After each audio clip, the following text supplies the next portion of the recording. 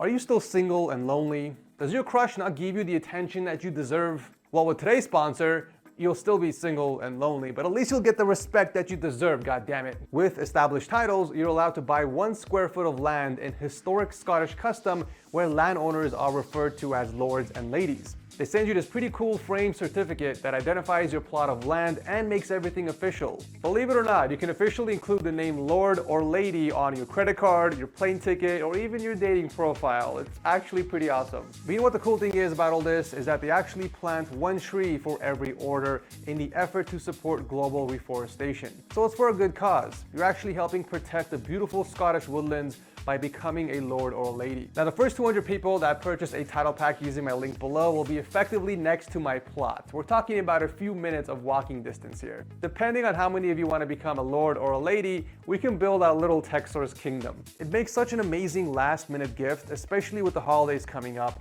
and just my subscribers are doing a massive Black Friday sale right now. If you use the code TechSource, you'll get an additional 10% off if you visit establishedtitles.com/TechSource or just click my link below.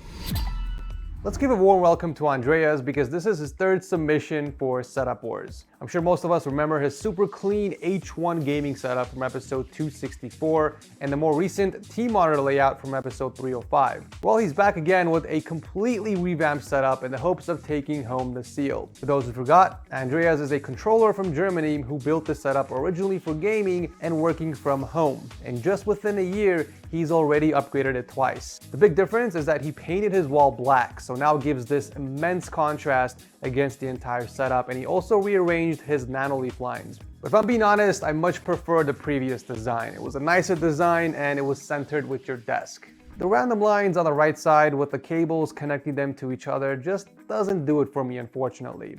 And now he has this empty space above the monitors instead. He did get rid of his 27-inch and picked up another ultra-wide. So now he's stacking 2 34-inch displays on a new desk. The last desk he owned had a hole in the middle for his Elgato Stream Deck. Well, he made the same exact cutout on the right side and moved his PC over to the left side on the IKEA shelf. We still got the same peripherals, however, it looks like the color from the mousepad stitching is starting to come off. Let me send you a fresh TS Black Topo mousepad to upgrade your current one. If you're interested, hit me up on Discord. Looks like he ditched his Go XLR, but he's still using the same microphone. So I gotta ask, what do you have your mic plugged in now since you don't have an audio interface anymore? I also noticed that the soundbar is now being blocked off by the bottom ultra-wide, so it's not in the most ideal location. I would have personally lifted up the bottom ultra-wide just a few inches just so your soundbar is not being blocked off.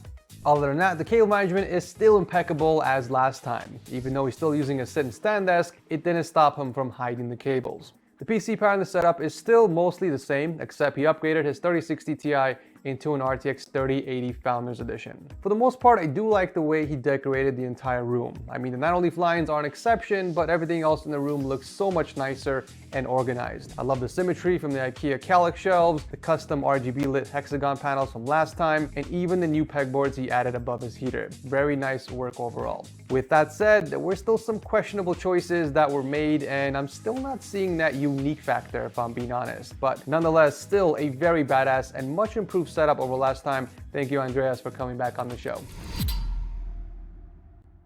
Up next is Christian from Las Vegas, who's a level designer for 2K Sports. Believe it or not, this is actually his very first setup that he built after watching Setup Wars for quite some time. He decided to save up for 2 months and put it all together. Not bad for someone's first setup. There's always a huge learning curve when building your setup for the first time. There's a lot of trial and error that goes into creating a setup that works for you. So that's why it makes me so happy that you did all this just from watching Setup Wars. Looks like he decided to go with dual 27-inch MSI monitors side by side that he mounted to the IKEA Carlby countertop, and he added a riser underneath to add some extra storage space for his laptop and other gear. For peripherals, he did go wireless with the Logitech MX keys and Master 3 combo with a very nice TechSource Desert mouse pad. Thank you for the support, by the way. However, I would eventually pick up a gaming mouse if you're really into gaming. The input lag from the Master 3 isn't exactly ideal for gaming. Moving on to audio, the primary source are the Razer Namo speakers, but for gaming, he swaps to the Corsair Virtuosos that he keeps underneath the desk. Very good job with the cable management considering this was your first attempt at building a setup.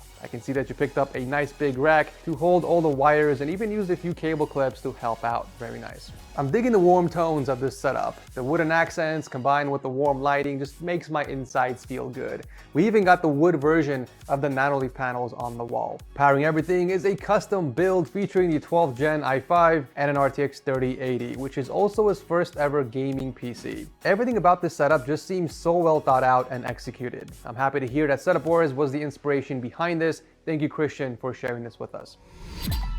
Up next, we have a pretty badass dual setup by someone who goes by the name of Give Him Chills. All we know is that he's a software developer and a tech content creator from Colorado who built the setup for gaming and content creation. We got a massive U-shaped desk layout that consists of 4 Linman tabletops that he skinned in marble to give it a unique look. The main setup has an interesting monitor layout. So we got a 34-inch ultrawide that's mounted against the wall, and then a secondary 27-inch in vertical mode that's kind of tilted upwards. I get why he did it this way though. It's to make space for both of his speakers and his boom arm that's holding the microphone. And because the monitor is practically touching the tabletop, he's able to hide the mount behind it so easily.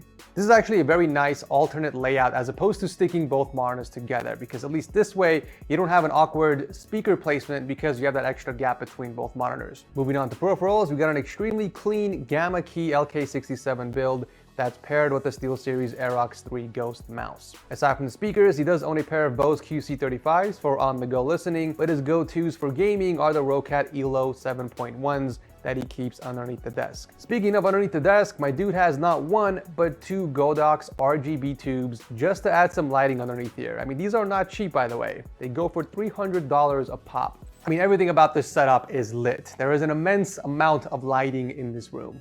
I do want to talk about the wall on the left side real quick because I think it's really cool the way he customized it. So he added a white pegboard in the center, which helps keep his setup from getting cluttered, but then he filled up the extra space around it with those 3D panels, and for lighting, he added some Gobi neon strips to add some separation and depth. I'm sure cable management was no easy task with this setup, considering there is so much gear, but he did a really great job routing all the cables through the raceways and into the back of the Alex unit where everything is plugged in. Powering the main setup is a gorgeous all-white build inside the Be Quiet Silent Base 802, and it's packing the Ryzen 9 5900X with an RTX 3070 Vision from Gigabyte. Very nice choices for the build, by the way. The second setup also has 2 monitors, but it's powered by a 17-inch Dell XPS instead, and if I'm being honest, it kind of looks cramped in the corner. I can't help but feel like the secondary setup didn't get as much love as the primary. But I do have to give Chills some credit for being so meticulous with the color scheme. I think skinning the tabletops was such a good idea to add a unique look, especially since we see so many IKEA countertops on the show. It's nice to spice it up a bit. I do have to admit though, the RGB might be a little too much for some people, but personally I like it. I feel like it's balanced very nicely across the entire setup.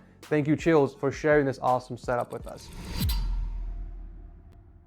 All right, let's take a break from all the RGB and check out a cozy gaming setup that has none. Nick, who's only 19, is a small business owner from Texas that built this setup for streaming and managing his business. Right off the bat, we got a 32-inch Odyssey G3 as the main monitor and a 21-inch in vertical mode that's used for chat and some coding. They are both mounted to the Linman tabletop, but notice how the left side is being supported by a piece of the Alex unit. I'm not exactly against this as long as you have the tabletop secured somehow. For peripherals, Nick owns a Logitech G305 Lightspeed and 2 pairs of keyboards that he swaps between, the Velocifier TKL and a smaller 60% version. Whichever gear he's not using, he stores it on the pegboard against the wall. But I do want to talk about the location of the speakers a little bit. I've actually mentioned this on the last setup, but if you somehow create space between both displays, you can squeeze a second speaker in the middle. But since the speakers are so tiny, you could just bring over the left one and put it underneath the main monitor. I'm really curious why you have it tucked away on the left side. Other than that, the rest of the setup looks clean. All the drawers are nicely organized with excellent cable management underneath the desk. My guy even has those raceways coming from the TV across the wall into the back of the PC. We have ourselves a budget build with a Ryzen 5 5600 and an RTX 5500 XT. A very clean and cozy non-RGB setup without a doubt. Thank you, Nick, for sharing this with us. Wrapping up the episode is no stranger to setup wars. In fact, I lost count at how many times Owen has entered the show. Regardless, he is back again to show off an awesome couple setup that he built for himself and his significant other. My first impressions looking at this new layout, it kind of reminds me of Brittany's original setup back from episode 192. How she made that really cool custom U-shaped desk that just wrapped around her was really awesome. This has a similar layout, but just on a bigger scale. On one side is Amy's setup, and right behind hers is Owen's. Sandwiching in the middle is a tiny little workstation setup that is used to build custom keyboards, and I just love how the lighting helps create a separation between both sides. The massive U-shaped desk was all custom made out of MDF wood, and they added a ton of shelves to keep things organized while also helping decorate the setup at the same time. Amy's setup has a single 32-inch curved monitor with a custom Acco keyboard and a Logitech G305 mouse, while Owen's setup also has the same 32-inch curved monitor but with different peripherals. He's rocking an iQnix L80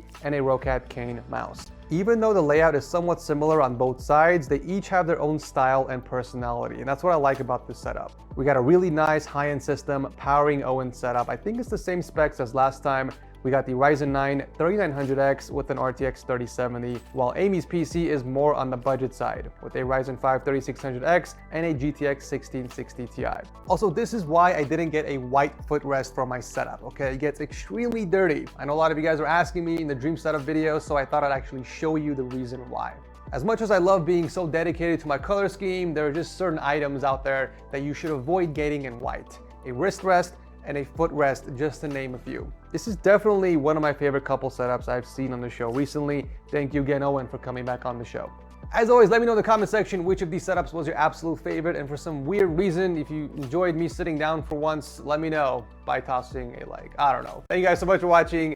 I love your faces, and I'll see you very soon in the next one.